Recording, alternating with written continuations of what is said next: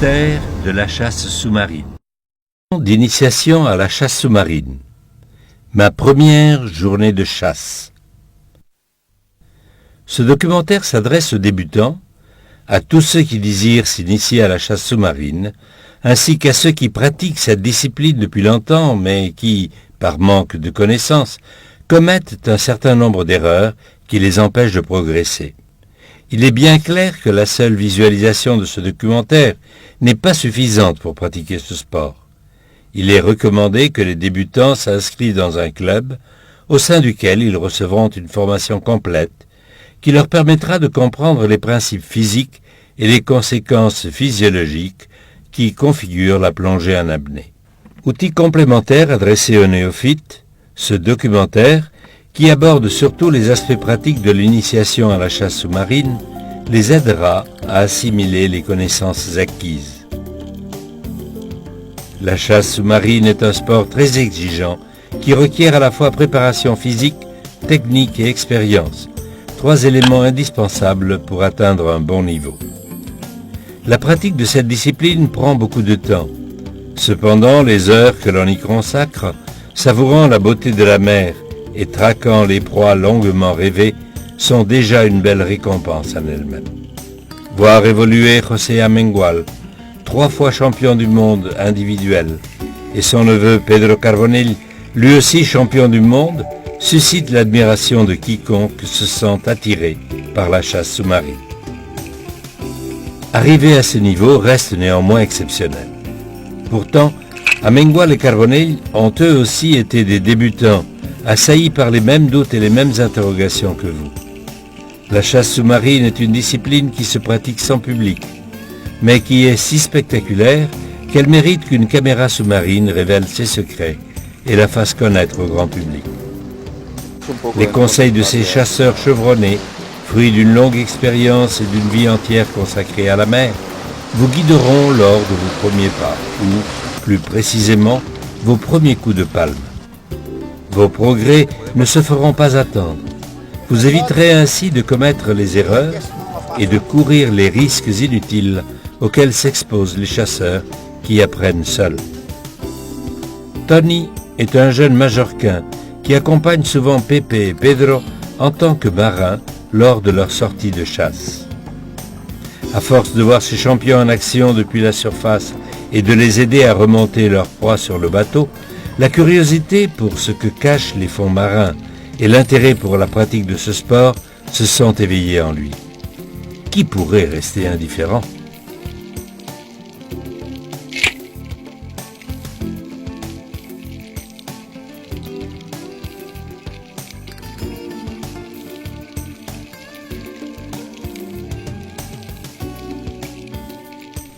Pour le moment, son caractère réservé et introverti retient Tony dans son propre monde, où il rêve à chaque instant de se retrouver nez à nez avec les fabuleuses proies capturées dans les profondeurs par cette paire d'as.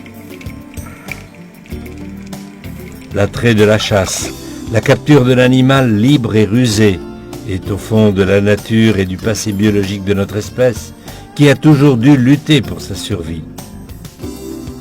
Aujourd'hui, cette activité est devenue un sport réglementé qui se déroule dans un environnement très différent du nôtre, où les poissons ont beaucoup plus de chances d'échapper à l'homme qu'aucune autre espèce du règne animal objet de la chasse. Quiconque est entré en contact avec la mer a un jour rêvé de capturer une belle proie.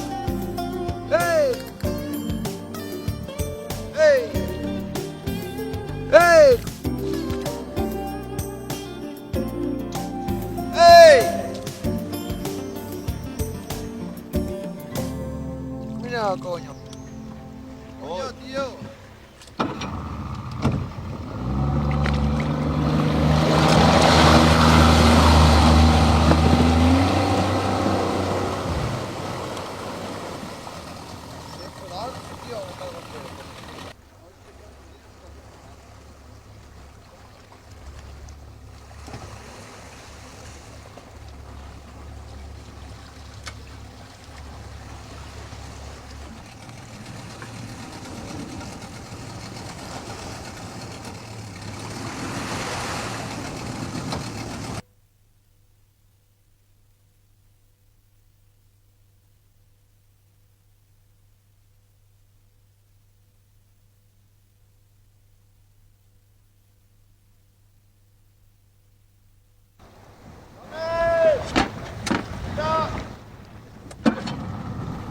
Un jour, Tony ne peut plus se contenir et décide de se lancer pour voir ce qu'il se passe.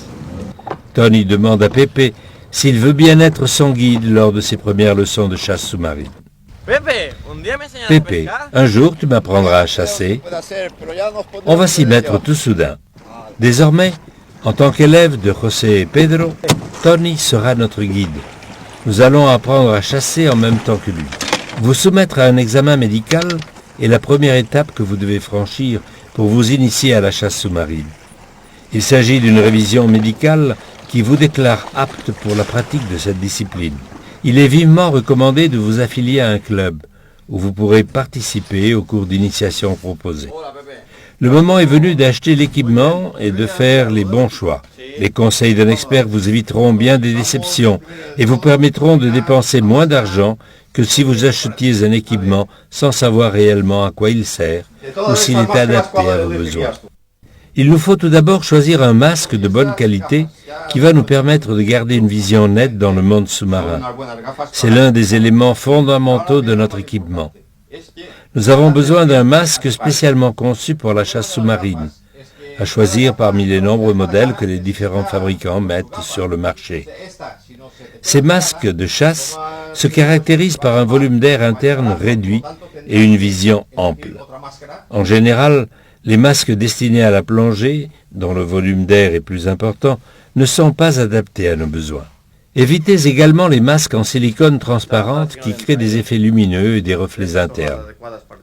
Comme chaque visage est différent, nous devons chercher le masque de chasse sous-marine qui s'adapte le mieux au nôtre. L'idéal est d'en acheter un que nous ayons eu l'occasion d'essayer en mer, prêté par un compagnon. Pour ne pas entraver la pratique de la chasse, le tuba doit être flexible, pas trop long et de forme anatomique, afin de s'adapter au profil de notre tête. Les tubas rigides, utilisés par exemple en plongée, ne conviennent pas à la chasse. En effet, lorsque nous traquons une proie, le moindre accrochage d'un tuba non adapté contre les rochers provoquerait un déplacement, donc un remplissage immédiat du masque, troublant la vue. Les tubas rigides présentent également l'inconvénient de gêner la remontée, car ils vibrent et freinent le chasseur. Un bon tuba est un tuba anatomique qui s'adapte au visage, doté d'un embout en silicone, tous deux très souples naturellement. En résumé, le tuba de chasse sous-marine doit être simple, flexible, d'un diamètre et d'une longueur adaptée, qui facilite la respiration. Le couteau est une pièce indispensable pour notre équipement. Sa mission principale consiste à nous libérer, d'une part de possibles enchevêtrements avec notre propre cordage ou le fil de l'arbalète, et d'autre part, des fils de canne à pêche et des débris de filets abandonnés au fond de la mer. Comme je te le disais, un couteau de grande taille n'est pas nécessaire. En effet, un petit couteau coupera aussi bien qu'un grand. Lorsqu'on pratique la chasse sous-marine, il faut toujours opter pour les dimensions réduites afin d'éviter tout accrochage. Le couteau sert également à achever des proies, telles que le congre ou la murène. Le couteau idéal est donc un petit couteau pointu et bien aiguisé. Il doit offrir une bonne prise en main et une gaine qui le maintiennent bien en place, mais qui permettent également de le saisir rapidement lorsqu'il s'agit par exemple de nous sortir d'un mauvais pas. Bon, il me faut aussi des gants et des chaussons. Oh, c'est comme si c'était fait. Les gants et les chaussons nous protègent du froid. Voici les gants et les chaussons. Pour la chasse d'hiver, le néoprène s'impose.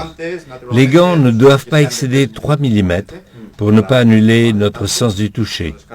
Les chaussons peuvent avoir entre 3 et 5 mm d'épaisseur en fonction des palmes que tu portes. J'ai besoin d'autre chose? Il te faut également une ceinture de lest. La ceinture de lest nous permet de composer la flottabilité positive pour descendre. En chasse sous-marine, il convient qu'elle soit élastique, afin qu'elle ne nous tombe pas sur la poitrine, lorsque la pression réduit le périmètre de nos hanches. Bon, je crois que j'ai tout. Tony, il te manque encore le principal pour la sécurité, une bouée de signalisation. Quand tu sors chasser, tu as 2 obligations, emporter ta licence et utiliser une bouée de signalisation. Nous ne devons jamais sortir en mer sans une bouée assurant notre sécurité. Nous aborderons plus tard ses multiples usages. J'ai aussi besoin de palmes. Lesquelles me conseilles-tu? Il existe de nombreux modèles. Les mieux adaptés à la chasse sous-marine sont les palmes longues, dotées d'un chausson en caoutchouc et d'une voilure plastique. Avant de les acheter, essayez-les en ayant passé vos chaussons, afin de bien vérifier qu'elles ne vous serrent pas et n'entravent pas la circulation sanguine du pied.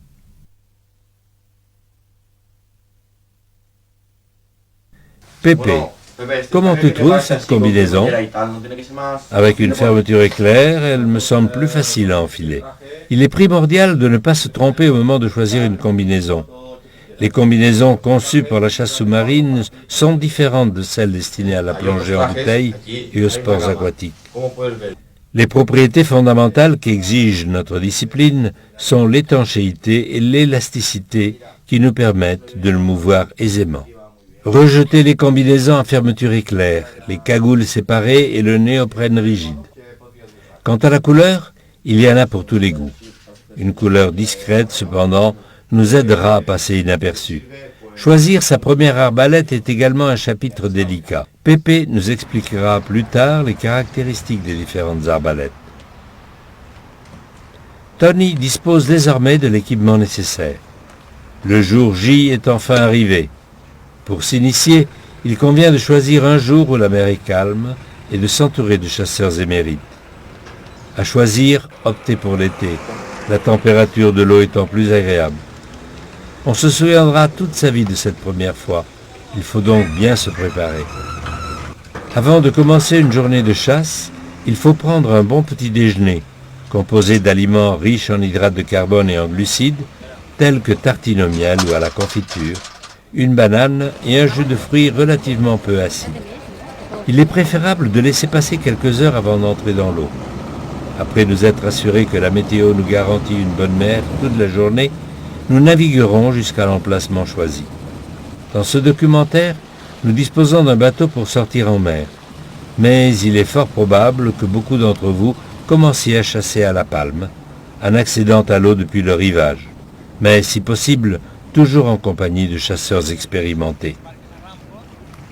Pour accéder à l'eau depuis le rivage, il faut trouver un endroit qui nous permette d'entrer et de sortir facilement, même si l'état de la mer empire. Il faut bien s'informer des prévisions météo, surtout en ce qui concerne la direction du vent et l'état de la mer, sans oublier, le cas échéant, de consulter la table des marées pour déterminer le moment le plus favorable ou renoncer à sortir, s'il s'agit d'une journée à haut coefficient de marée. Accéder à ces lieux écartés du monde, en contact direct avec une nature à l'état pur, est la première satisfaction que nous procure la chasse sous-marine. Nous avons jeté l'ancre. Il faut tout d'abord gonfler la bouée de signalisation. Bon, Tony, la première chose que tu dois faire, c'est gonfler et préparer ta bouée. La bouée signale notre position dans l'eau, à nos propres compagnons et aux bateaux qui circulent en mer. Elle sert également à porter le matériel de rechange et l'accroche-poisson où nous allons enfiler les proies capturées.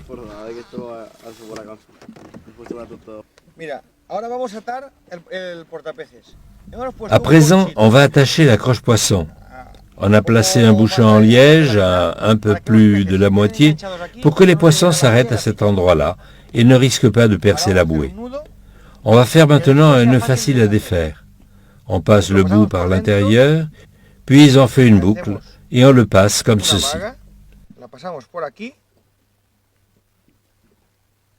Résultat, un nœud très résistant mais très facile à défaire en cas de besoin.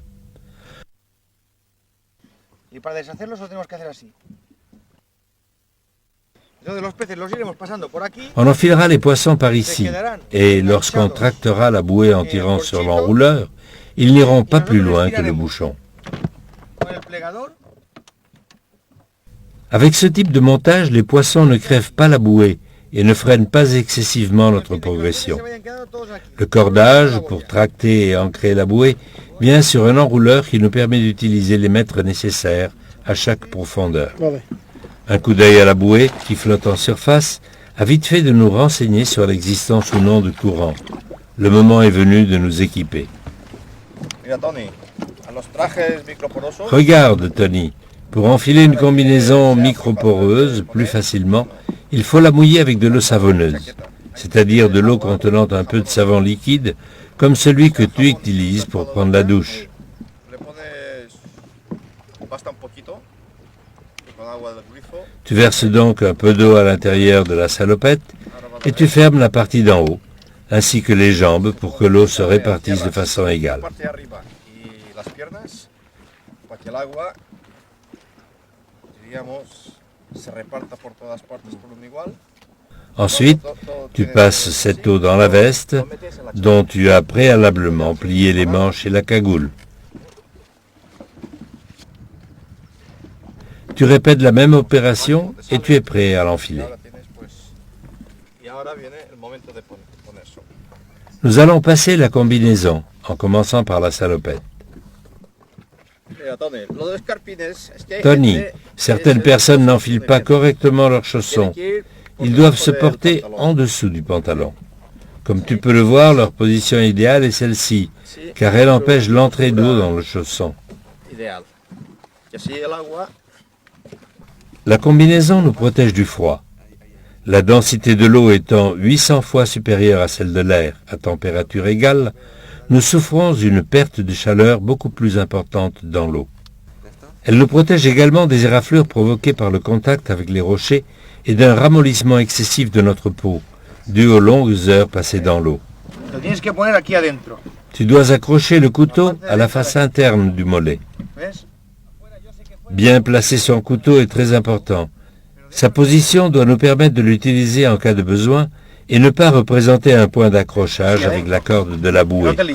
Actuellement, les combinaisons en néoprène microporeux sont les plus pratiques. Les enfiler à sec tient de la torture, mais avec un peu d'eau savonneuse, elles glissent facilement sur la peau. En hiver, nous pouvons préparer un thermos d'eau chaude à la maison. C'est toujours plus agréable. Il faut veiller à mettre une toute petite quantité de savon ou de shampoing, juste assez pour produire une mousse légère. Un excès de savon dans la cagoule pourrait, en effet, nous provoquer une douloureuse otite interne. Lorsqu'on enfile ou on ôte une combinaison microporeuse, il est important de le faire avec le bout des doigts, sans utiliser les ongles qui risqueraient de la percer ou de la déchirer. Une bonne combinaison de chasse sous-marine à notre taille doit s'adapter à notre corps comme une seconde peau. Elle ne doit pas faire de plis ni de poches qui laisseraient circuler l'eau à l'intérieur du vêtement. Il faut également veiller à ce qu'elle ne vous serre pas pour ne pas entraver la circulation sanguine. Une fois la veste enfilée, il faut l'ajuster au niveau des avant-bras. No, ni siquiera me voy a probar, me lo estoy probando ahora.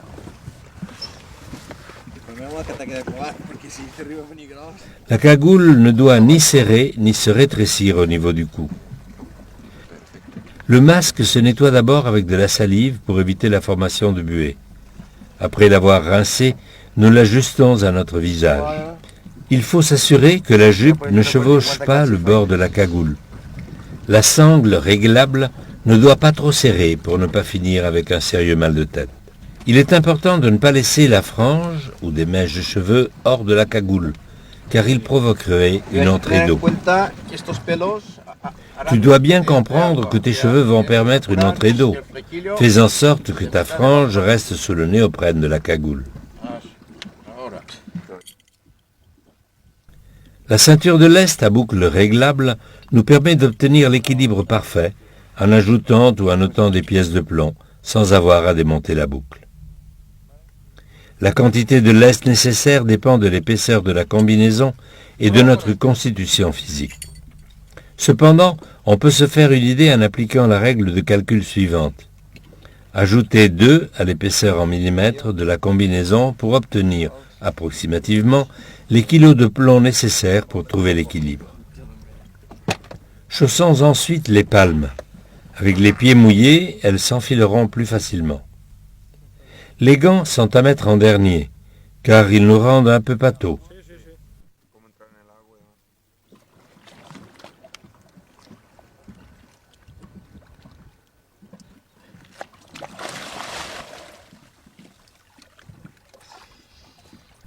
Il arrive souvent que les masques neufs, surtout ceux en silicone, se remplissent de buée à cause de résidus gras qui restent sur les vitres.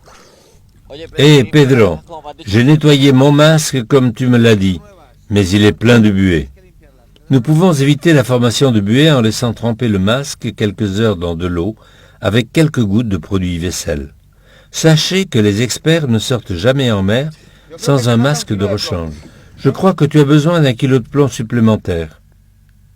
Pedro nous montre le parfait équilibre en réalisant un test simple en surface, en position verticale, au repos. L'eau doit lui arriver juste sous le nez, couvrant la bouche. Il convient d'avoir un plomb de réserve sur le bateau ou dans son sac en cas de besoin. Le canard est le mouvement qui nous permet de passer de la position de natation en surface à celle de descente en piqué vers le fond. L'erreur typique du débutant consiste à battre inutilement des palmes hors de l'eau. Ce genre de palmage frénétique nous fait consommer plus d'air et effraie le poisson. Si on arrive à dominer la technique du canard, nous aurons beaucoup moins de problèmes à réaliser une bonne descente et à capturer des proies. À force d'entraînement, on doit assimiler ce mouvement jusqu'à l'exécuter de façon automatique. Toute notre apnée va dépendre de ce coup d'envoi particulier. Tirer parti de l'élan que nous donne un coup de rein, pliant le tronc à 90 degrés vers le bas, nous permet d'économiser de l'air et de descendre les premiers mètres par inertie. Pendant la descente, la pression pousse le tympan vers l'intérieur, provoquant une douleur aiguë. Comme la pression de l'oreille moyenne est une pression atmosphérique, le tympan pourrait se perforer si on ne parvient pas à équilibrer cette pression. Le moyen le plus efficace pour équilibrer la pression est la manœuvre de Valsalva, qui consiste à se pincer les nez entre le pouce et l'index et de souffler par le nez, la bouche fermée. L'air emprisonné pénètre dans les trompes d'Eustache et arrive jusqu'à l'oreille moyenne, où il rééquilibre la pression en poussant la membrane du tympan jusqu'à ce qu'elle reprenne sa position normale. On peut répéter cette manœuvre en douceur, chaque fois que l'on ressent un gêne au niveau du tympan. Il est nécessaire de compenser uniquement pendant la descente, jamais en remontant. Certaines personnes, comme Pedro Carbonell, sont capables de compenser simplement en déglutissant sans se pincer le nez. Parfois, surtout lorsqu'on est enrhumé et que les trompes d'Eustache sont bouchées par la mucosité, la manœuvre de Valsalva peut s'avérer insuffisante pour compenser la pression. Si la compensation est impossible, il faut interrompre la descente. De retour à la surface, il faut se moucher, voire inspirer de l'eau salée par le nez afin de bien nettoyer les fosses nasales. Pedro nous montre comment procéder. Il peut être nécessaire de retirer la cagoule afin d'éliminer un possible vide qui se serait formé entre le néoprène microporeux et le tympan. Si rien de tout ça ne résout le problème, il vaut mieux renoncer à chasser ce jour-là. L'arme que nous utilisons pour chasser est une arbalète. Actuellement, les arbalètes propulsées par Sandoz sont les plus courantes. Il en existe de toutes les tailles et pour toutes les bourses. Pour pratiquer la chasse sous-marine à un certain niveau, le chasseur doit disposer d'au moins 3 arbalètes de tailles différentes. Quand je parle de la taille, je fais référence à la longueur du tube.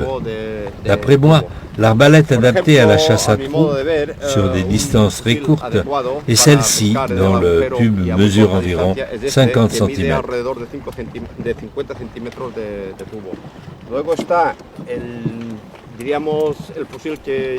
Ensuite, on a la tout-terrain, une arbalète de 75 cm qui permet de capturer des proies de plus grande taille sur des distances supérieures. Et finalement, cette arbalète-ci qui s'utilise pour chasser à l'agachon ou à la coulée. Il s'agit d'une arbalète plus longue qui peut mesurer entre 90 cm et 1 mètre, dont l'utilisation dépend de la zone de chasse et des captures qui peuvent s'y faire.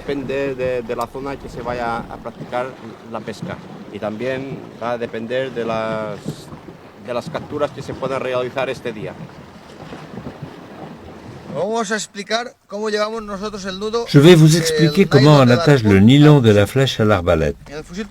Sur l'arbalète, on a un bout de corde auquel on a fait une boucle. On a préalablement fait un nœud à l'extrémité du nylon. On passe le nylon par la boucle, on lui fait faire le tour par derrière et on tire. Y tensamos. Es una vaga así, Ce genre de nœud permet de sortir la flèche en cas queda d'urgence. así. En tirant rapidement sur cette extrémité, on défait le nœud et on libère la flèche. Y rápido, pues tiro de aquí y lo saco. Charger l'arbalète est plus une question de technique que de force. Il faut saisir fermement les sandaux, appuyer fortement la culasse sur le bas du thorax ou sur le thorax lui-même en fonction de la longueur de l'arbalète. Il faut ensuite tirer vers soi, non seulement avec la force des bras et des avant-bras, mais également et de manière synchronisée avec les dorsaux, les abdominaux et les pectoraux. Il ne faut pas lâcher les sandaux jusqu'à ce que l'obus qui les unit soit parfaitement encastré dans le cran de la flèche. D'un mouvement décidé et continu, on encastre l'obus dans le premier cran. En général, on ne charge l'arbalète qu'au premier cran, à moins d'être sûr de pouvoir capturer une grande proie. Pépé montre à Tony où il doit appuyer la culasse de l'arbalète pour la charger sans problème. On ne doit jamais charger une arbalète à sando sans porter de gants. En effet, si l'obus venait à s'échapper de l'encoche, on pourrait souffrir de sérieuses lésions aux doigts.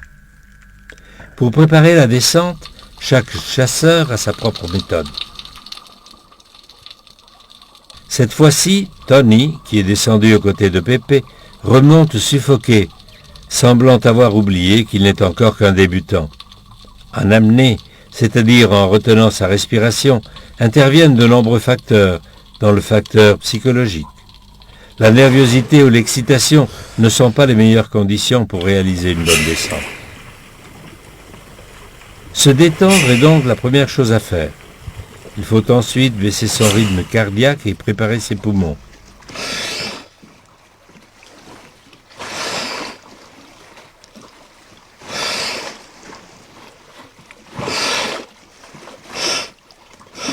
Quelques aspirations lentes et rythmées, expirant naturellement, seront suffisantes et plus sûres que n'importe quelle autre méthode. Nous déconseillons vivement la technique très dangereuse de l'hyperventilation des poumons, qui consiste à augmenter le rythme et la profondeur du cycle respiratoire pendant un certain temps avant de descendre. L'apnée est une question de temps, de beaucoup de temps. Il ne faut donc pas que cela devienne une obsession. En réalisant des apnées de courte durée, on peut pratiquement capturer de nombreuses proies, chassant sans risque, en toute sécurité. C'est dans les petits fonds que l'on acquiert les bases de la chasse sous-marine. Plus tard, les plus avantagés pourront s'adonner gaiement aux apnées profondes. Avec le temps et de l'entraînement, on devient plus performant. Cependant, il faut toujours garder une marge de sécurité en notre faveur. La remontée est le moment le plus délicat de l'apnée. On doit faire preuve de sang-froid et d'autocontrôle. Malgré le besoin impérieux de respirer, la remontée doit s'effectuer sans à-coups. Si on accélère le mouvement, la consommation d'oxygène va automatiquement augmenter.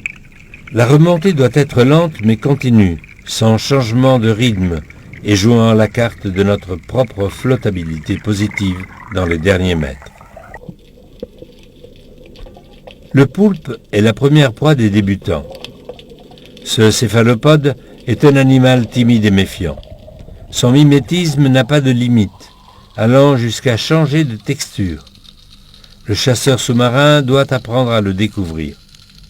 Parfois, de petites pierres ou quelques coquilles de mollusques vides entassées devant son repère le trahissent. C'est le cas de ce poulpe que capture José Amengual. Pour réduire la puissance de son arbalète et ne pas plier la flèche lors d'un tir à courte distance, José utilise une technique qui requiert de l'expérience. Il tient fermement les sandaux avec une main au moment d'appuyer sur la gâchette. Outre sa réputation sur le plan culinaire, le poulpe nous aide à aiguiser notre vue et nous apprend à distinguer plus rapidement les proies qui se camouflent dans les fonds marins.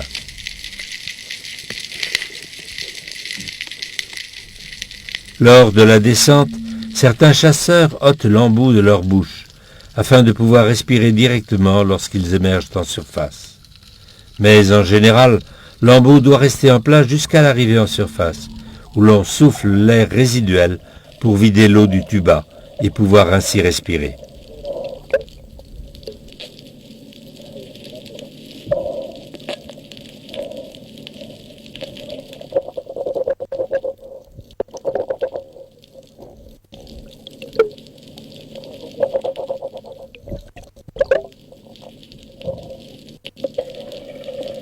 Tirer sur les proies de trop loin est la première erreur que commettent les débutants.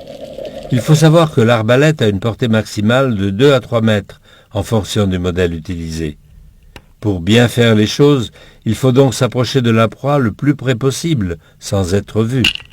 Cependant, si notre approche n'est pas silencieuse et précise, nous allons faire fuir les poissons rapidement. C'est au cours de ces premières sorties de chasse qu'il est crucial de ne pas prendre de vices ni de mauvaises habitudes qui, une fois acquis, sont difficiles à corriger. Inspecter les rochers et les trous, tel que Tony est en train de le faire, est une erreur classique que nous avons tous commise. Tony, cependant, chasse aux côtés d'un expert qui le surveille de près et le corrige, et qui n'est autre que José Amengual. Vous pouvez vous aussi apprendre la leçon et vous imposer comme discipline la prospection des pierres à la façon Amengual.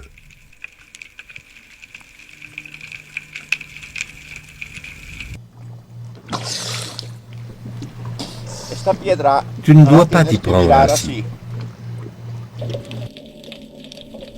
Au début, on a du mal. Prospecter les pierres, en faisant le poirier, les palmes vers le haut, paraît insensé.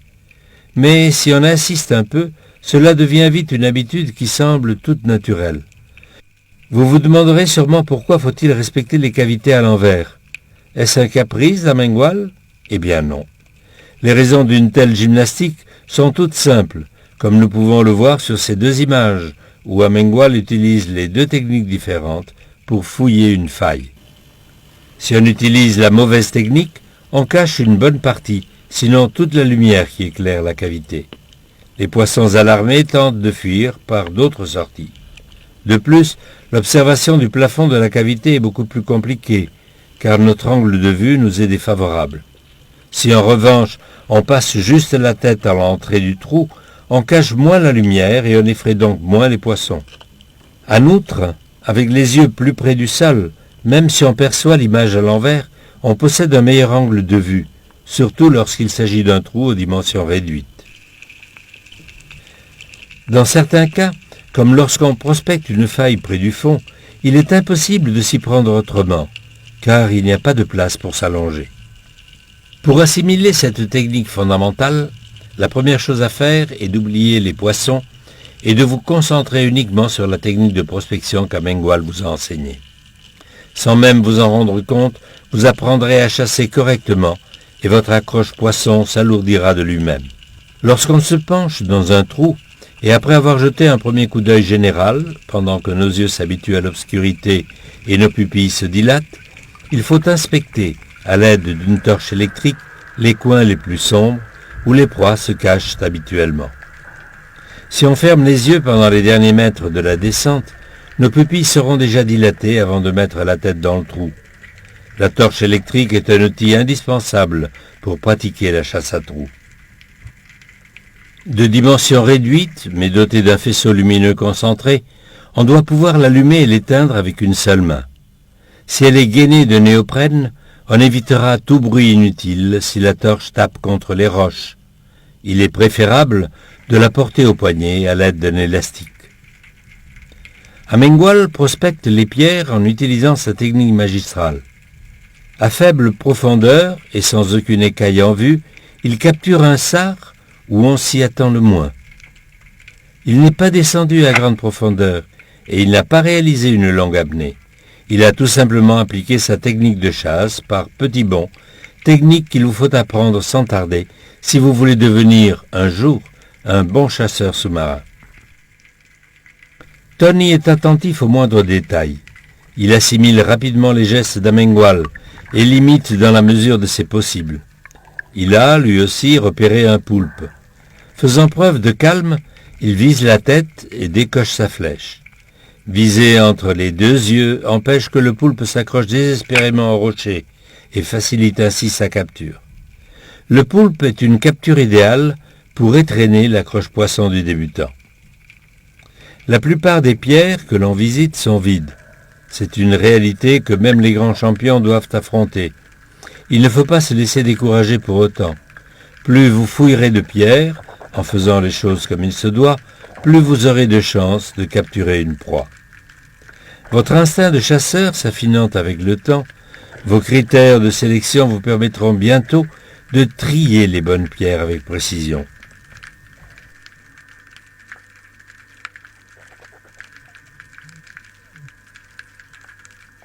Posté à quelques mètres de profondeur, il faut tout d'abord analyser la structure du fond pour essayer de deviner où pourraient bien se réfugier les poissons. En général, et particulièrement en Méditerranée, les poissons sont cachés dans leurs tanières ou déambulent dans l'ombre des rochers. On perd son temps à chercher les poissons en goguette à ras du sol ou nageant en pleine eau.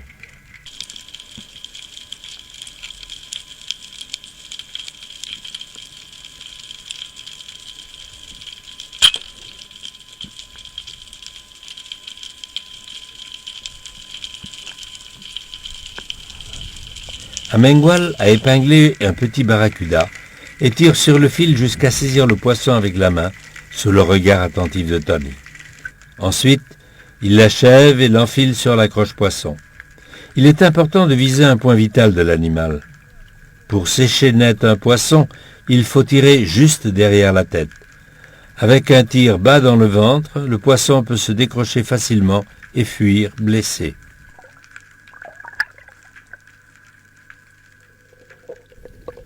Voir Amengual en action peut confondre le néophyte, car avec lui, tout paraît un jeu d'enfant. On doit descendre calmement, en mesurant nos coups de palme, et finir l'approche dans les derniers mètres, sans palmer du tout. Cette technique nous permet de consommer moins d'oxygène et de ne pas effrayer le poisson. Encore un sard, une nouvelle récompense pour qui a réalisé un bon travail.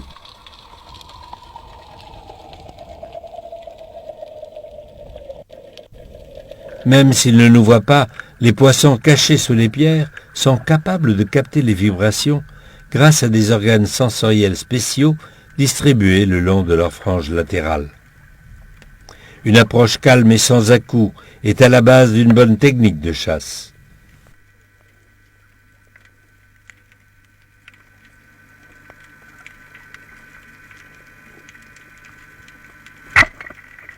Il faut d'abord apprendre à chercher le poisson et à le repérer pour ensuite pouvoir le capturer. Chaque espèce a son propre caractère et ses petites habitudes qu'il faut petit à petit apprendre à bien connaître.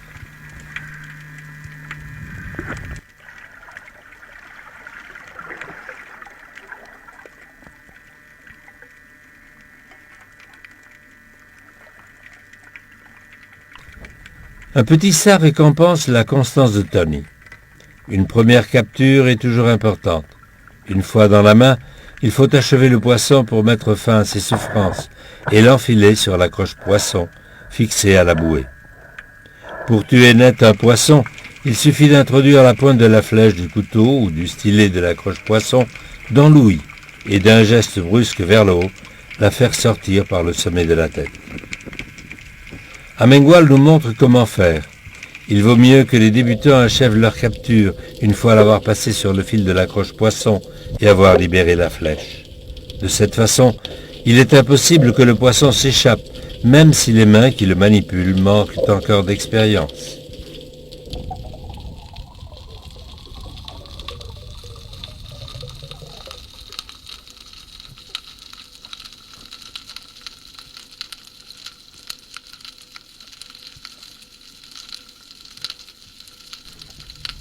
Sur ces images, nous voyons Pedro Carbonell descendre et parcourir les fonds en silence, en moulant au profil des rochers, sans créer la moindre perturbation qui pourrait alerter les poissons.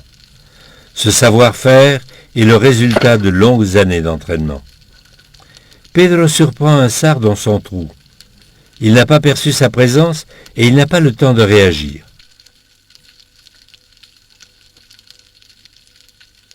Capturer des proies au fond de la mer est un art difficile. Un chasseur, digne de ce nom, respecte la mer et prend soin d'elle, s'attenant aux lois qui garantissent sa préservation. Hélas, les arbalètes sont parfois entre les mains de personnes qui ne méritent pas le nom de chasseurs sous-marins. Ne contribuez pas à renforcer les arguments des détracteurs de la chasse sous-marine, déjà trop nombreux.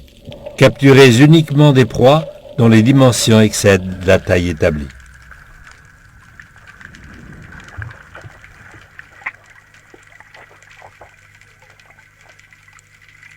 Avec un style correct et l'arbalète au corps, Tony descend, cherche et tire. En général, un poisson blessé a tendance à se réfugier dans son trou, entraînant la flèche derrière lui. La plupart du temps, il ne faut pas prolonger dangereusement l'apnée. Après avoir tiré, il vaut mieux remonter à la surface pour respirer. Une fois le souffle récupéré, on aura tout le temps de redescendre afin de récupérer notre capture, dans ce cas-là, un thon gris. Il faut faire très attention à ne pas se prendre dans le fil de la flèche. On pourrait se retrouver dans une situation délicate.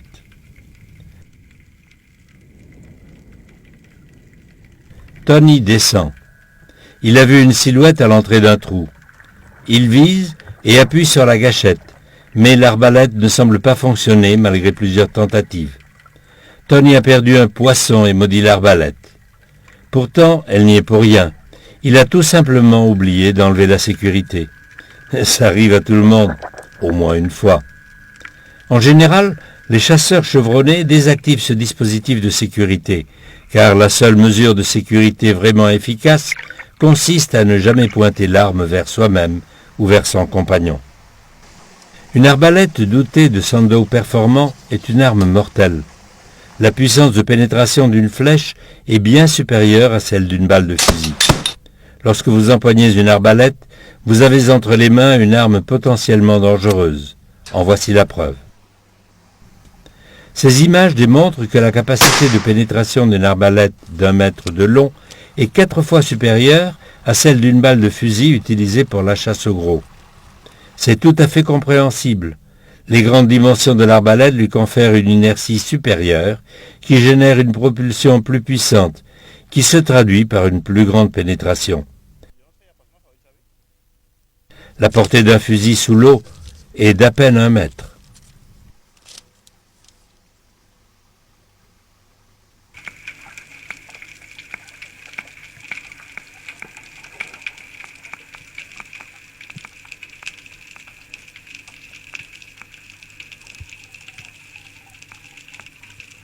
Lorsqu'on tire sur une proie d'un fond rocheux, il est assez fréquent que la flèche s'incruste dans une fissure et qu'il soit impossible de la libérer en tirant sur le fil.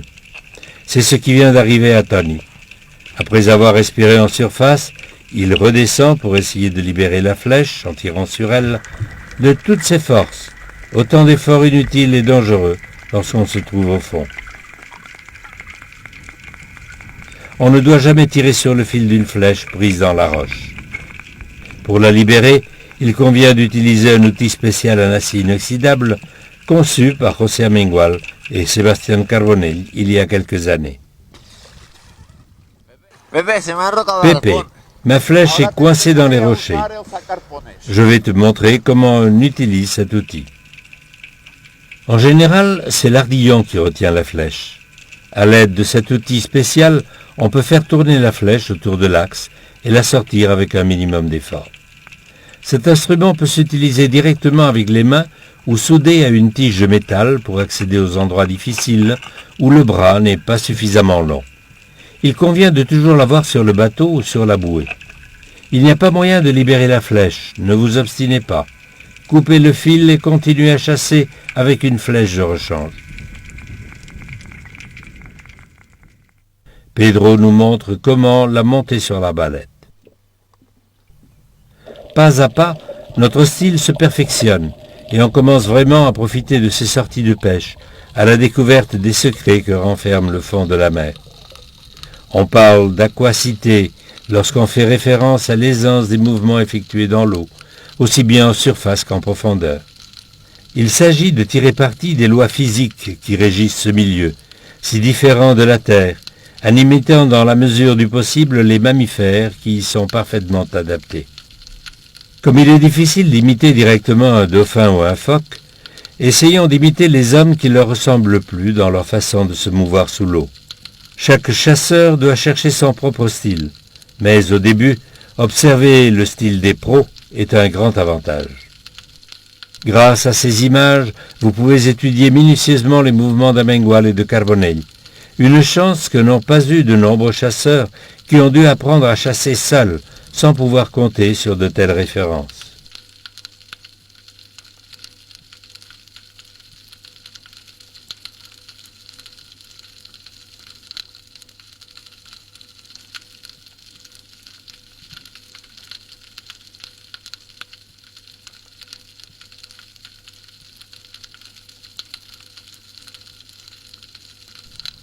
Tony assimile rapidement la technique de ses professeurs. Nous le voyons ici effectuer une descente impeccable et repérer une rascasse qu'il transperce en toute tranquillité. Être calme est très important lorsqu'il s'agit d'appuyer sur la gâchette. Un tir précipité est presque toujours un tir manqué. La rascasse se sent en sécurité face au chasseur. Elle est sûre de son mimétisme et ne cherche pas à fuir. La débusquer n'est toutefois pas chose facile. Une fois capturée, il faut la manipuler avec précaution, car les épines de sa nageoire dorsale et de ses opercules sont venimeuses. Pedro aide Tony à achever la rascasse avant de la passer à la croche-poisson. Lorsqu'on s'initie à la chasse à trous, il faut savoir limiter la zone que l'on va prospecter dans la journée.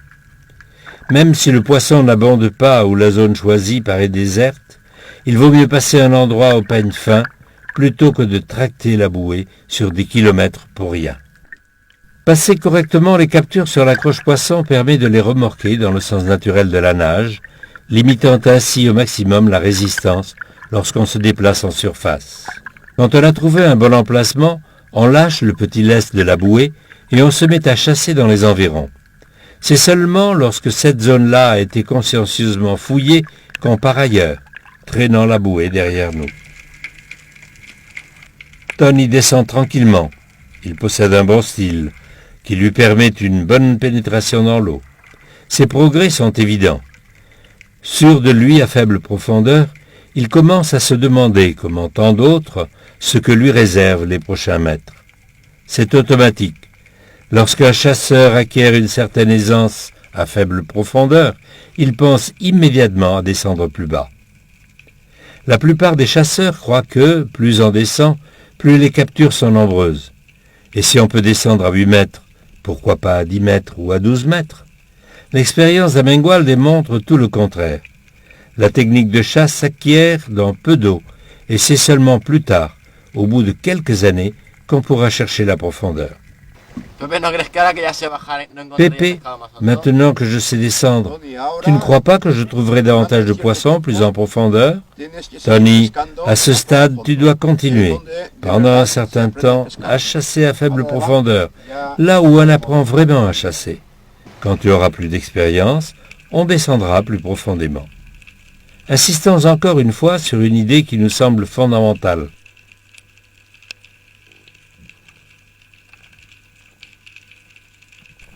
Pepe descend et capture un petit corbe dans peu d'eau, pendant que Tony le surveille depuis la surface. La chasse en binôme est une mesure de sécurité que tous les chasseurs, surtout les débutants, doivent adopter.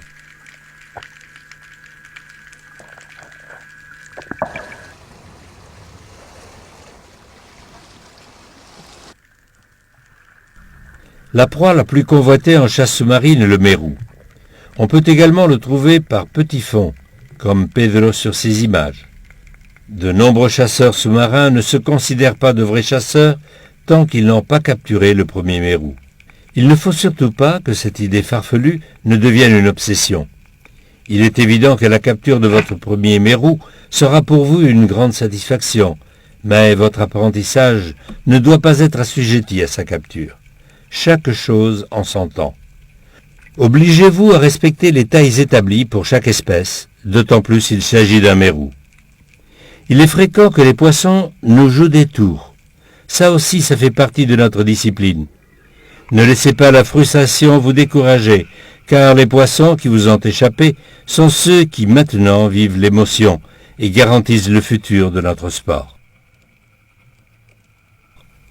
Une proie que vous avez été sur le point de capturer, qui a esquivé votre flèche et qui a finalement disparu entre les pierres ou dans le bleu, est une proie dont vous vous souviendrez, dont vous rêverez la nuit et qui vous poussera à sortir chasser jour après jour malgré les échecs.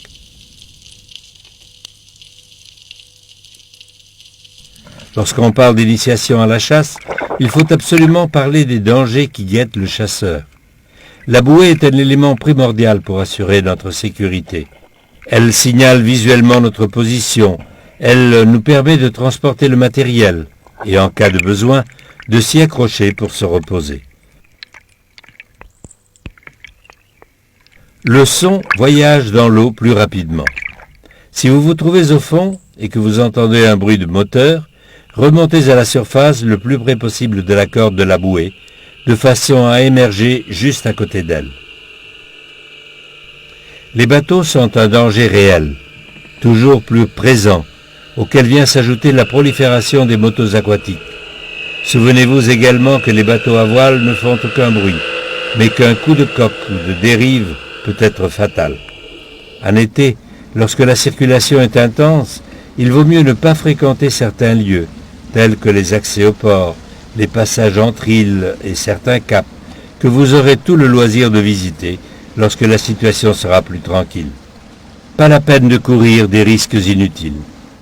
Disposer d'un bateau et d'une personne compétente à bord sont deux éléments qui renforcent la sécurité que nous offre la bouée. La syncope est le plus grand danger à l'affût du chasseur sous-marin. Il s'agit d'un évanouissement qui se produit pendant la remontée, généralement à quelques mètres de la surface et parfois même une fois arrivé à la surface. La syncope se produit lorsque la durée de l'apnée a excédé la capacité pulmonaire du chasseur. Cet accident est largement abordé pendant les cours de chasse sous-marine, donnés par les médecins de la Fédération. Malgré tout, la syncope fait, chaque année, des victimes parmi les jeunes et les moins jeunes. Si personne n'est là pour secourir le chasseur, ce dernier a peu de chances de s'en sortir. Tony, tu dois toujours remonter en gardant une réserve d'air importante. Tu ne dois pas pousser l'apnée jusqu'à l'épuisement, car la syncope ne prévient pas. La mesure de sécurité principale est de ne pas s'épuiser lors de la descente et d'avoir toujours un compagnon à ses côtés. Vous vous demanderez également s'il est bon de manger ou de boire pendant la journée de chasse.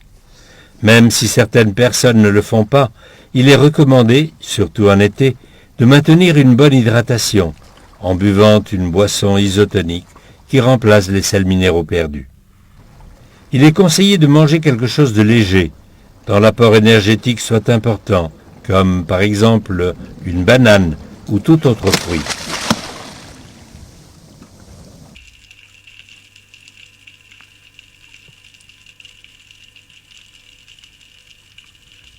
Une fois à terre, soyons discrets.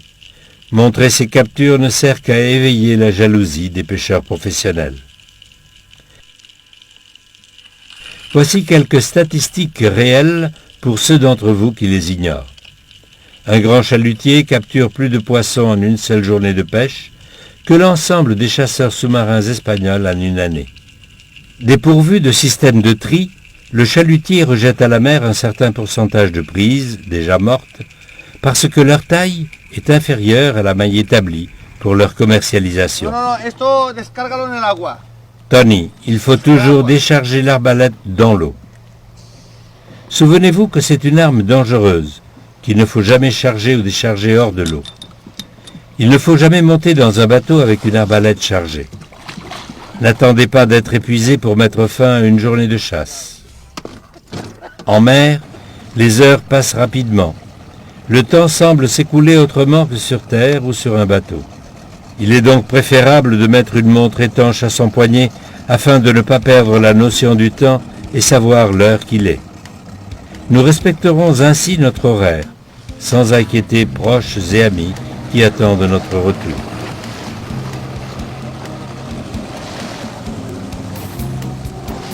Le moment est venu d'ôter notre équipement, si possible à l'abri du vent.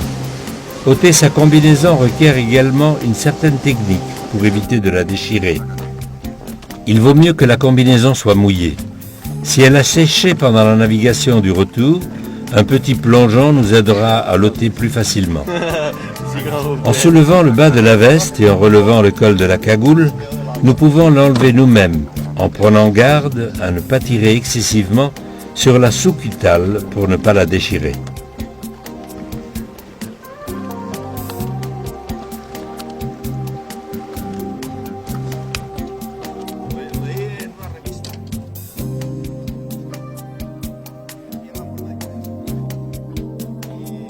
Vous pouvez toujours avoir recours à votre compagnon en appuyant les mains sur ses genoux pendant qu'il tire sur la veste. Une fois rincée à l'eau de mer, on peut la plier et la ranger dans son sac avec le reste de l'équipement.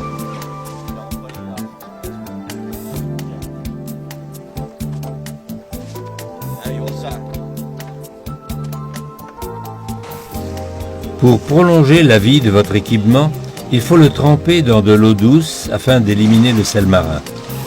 Il faut ensuite l'essorer et le mettre à sécher à l'ombre. Soigner son matériel permet d'éviter des dépenses inutiles et bien des contretemps, car il est bien connu que le matériel mal entretenu nous fait faux bond au moment le moins indiqué. L'arbalète mérite une attention particulière. Après l'avoir rincée, il faut vérifier que la pointe de la flèche est intacte et l'aiguiser si besoin est. N'oubliez pas non plus de vérifier l'état des piles de la torche électrique. Une fois changé, le moment est venu de reprendre des forces en mangeant voracement l'encas préparé à la maison, dans lequel il ne doit pas manquer un fruit. C'est le moment d'échanger nos impressions et de connaître l'opinion de José et de Pedro sur le déroulement de la journée. En fin de journée, il est bon de faire son autocritique et d'analyser ses erreurs afin de pouvoir les corriger. Nous sommes sûrs que ce film va vous être utile.